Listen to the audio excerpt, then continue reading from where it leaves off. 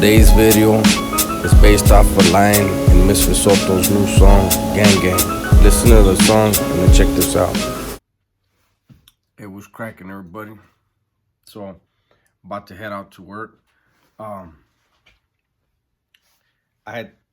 saw the video. To me, it's the newest one. I don't know if it's one of his newest newest songs. It wasn't a video, it was a song by Misfit Soto, the one called Gang Gang. I'm sure everybody heard it. If not, listen to the motherfucker's bad, as usual for him. But in it, he's trying to spit game. You know, let people know that the gangbanging thing, you know, it's pretty much a dead end road, man. And in it, he talks about, there's a line in there where he talks about how a dude, his homeboy, is gonna give him up to get a lighter sentence, right? And I say, you know what? Let me see how I feel about making a video on that, because you know, those of you that know, have been around on this channel for a little while, you know a little bit about my case, what I've said in the past, and you guys know I've taken videos down. But something that I don't remember talking about.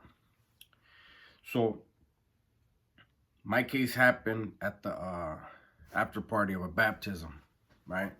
So the baptism happened, and then I went to the barbecue at a park, one of the parks that my neighborhood used to claim as theirs, right? It was a nicer park on the outskirts called Oak Park. And because it was a baptism thing, there were a lot of family members there. There was probably, you know, over 30 dudes from my neighborhood there. There was also 6 dudes from one rival neighborhood there, as part of the family. There were 4 dudes from another rival neighborhood in there. And you know, we let that happen because it was a family thing. But I personally went up to some of them and told them, look, hey, this is a family thing. We ain't tripping. But you know, when these family members start leaving, you better follow them. You know what I mean? Because you know what time it is. And they were like, yeah, we know what's up. So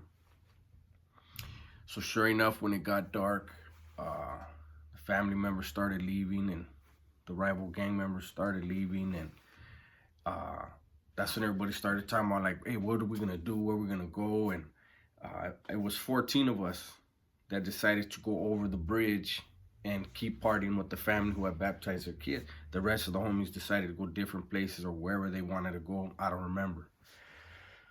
But so out of the 14 of us, meaning the 13 guys that were with me, keeping it real, I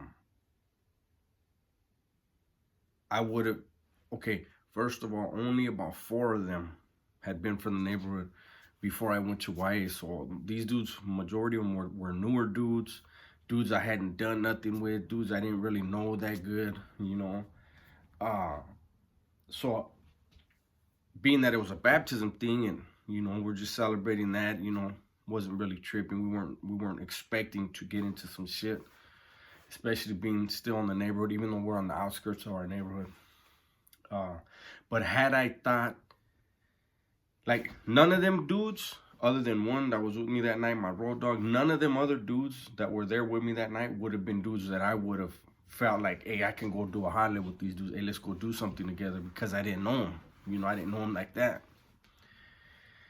So, this shit happened. You know, I've already talked a little bit about that, but the shit went down. And so after, you know, the shooting stopped, I jumped in a car. They got me out of there, dropped me off from one place. From that place, I got to my place.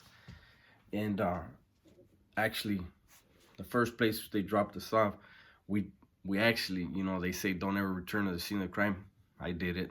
Did it before in the past. We used to do that to see, you know, who's in a cop. If you see a cop car, if there's somebody in it, who's in it. So in case there's a statement made, you can have an idea. You know, that's just what I used to do when I was a kid. And So anyways, I got home, and the next day, uh, the Huda started tearing up my neighborhood. Keep in mind, I'm on parole. They're not even hitting my pad. But they're tearing the neighborhood up and doing gang sweeps in my neighborhood, and they're asking for a specific dude. Come to find out, something I'll never understand how it's possible, how it could happen. One Huda detained 4 dudes that were from my neighborhood that were fleeing the scene of a murder. 4 dudes got caught by one Huda because he told them to stop, and the dummies stopped. From what I was told and what I read, one of them, he was one of the younger ones, was so fucked up he couldn't run, and they didn't want to leave him behind. So 3 of them were carrying the one dude, and when the Huda jumped out and said stop or freeze, whatever the fuck he told him, instead of just throwing him down and fuck it, get out of it, they decided, okay, we'll stick with them, you know. And it was 2 adults and 2 juveniles that got cracked right there on the spot. The 2 adults cracked immediately in the station. The 2 juveniles kept their mouths shut. A few hours after their arrest, they pulled them back out, fingerprinted them, and they were like, we already got fingerprinted. And they were like, nah, we fingerprinted you for attempted murder. He died, so now it's murder. And that's when the 2 juveniles said, well, hold up. And they started talking.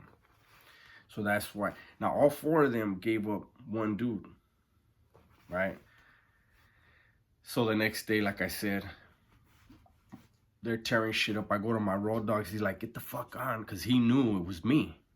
He was like, you got to jam, homie. They're tearing up everybody's shit, you know, and they're asking for, you know, whoop-de-whoop. And I was like, all right, so motherfuckers tell me. But I'm like, they ain't telling on me. Why? I'm on parole. Why would I run? Then the parole officers would be like, hold up. A murder happened like 8 blocks from his pad, and all of a sudden he disappeared. I'd have made myself a suspect, right? So I was like, I ain't gonna run, you know? The day after that, task force surrounded the pad. I just came back from dropping off some weed, and they surrounded the pad and brushed, and you know, they got me. Turns out, so the 4 dudes, they all gave up one name. That dude had been, you know, a shooter in the neighborhood, big dude, had a knockout on him, you know, he had a good reputation in the neighborhood as, you know, a fool. Well, he turned himself in. Him and a couple of his family members went to the substation and gave me up. And that led to my arrest. And so, long story short on that is 6 people were picked up on my case. Only one, this one, didn't cooperate. And that's why all of the adults outside of myself made bail. The juveniles couldn't because they were juvenile, but on a murder case where I'm charged with special circumstances of lying in wait and facing the death penalty and life without, my co-defendants bail out. And I'm telling this story, you know, I'm leaving a lot of shit out because it's not important, but it goes to when he says that line in that song, that's real shit. And I can tell you that there are many, many, many dudes in prison that I talked to or was Sally's with, and we chopped it up, and, you know, either one of their own homeboys gave them up or the victim, which 9 times out of 10 was another gang member, somebody else in that lifestyle. And so when I heard that song, man, I was like, you know, that's what a lot of people don't get. You know,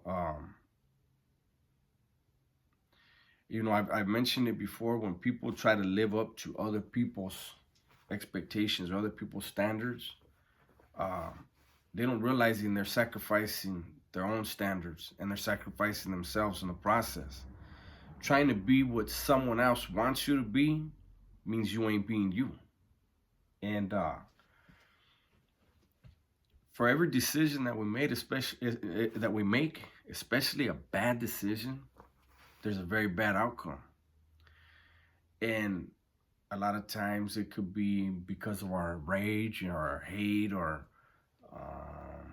whatever internal things that blind us. But there's also drugs and alcohol that will blind you and fuel whatever's going on within you to say, I don't give a fuck.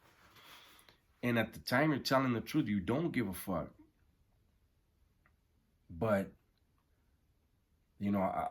I can't say, a friend of mine recently, he paroled a few months back, and he has a family member that, while the homie, he's trying to do good and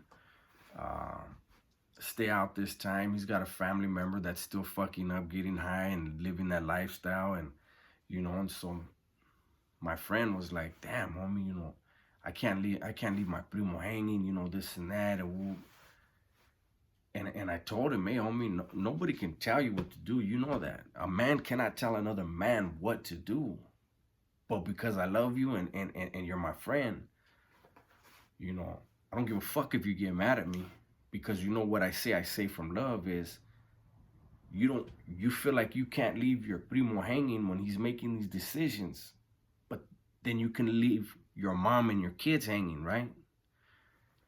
And he was like, damn, I didn't look at it like that. I said, of course not. And that's the problem that a lot of us have. We see this thing and this loyalty thing, like, man, I can't leave them hanging, but what about your moms? And what about your kids? And what about yourself? That's one thing prison will teach you. Stand on your own 2 feet. You know what I mean? Before I go, there's a saying that I live by. And I tell people that, and it can be applied out here and there. And it's, don't believe everything you hear or you'll inherit other people's problems. You know what I'm saying? So I'll leave you with that because I got to go to work, man. I'm out.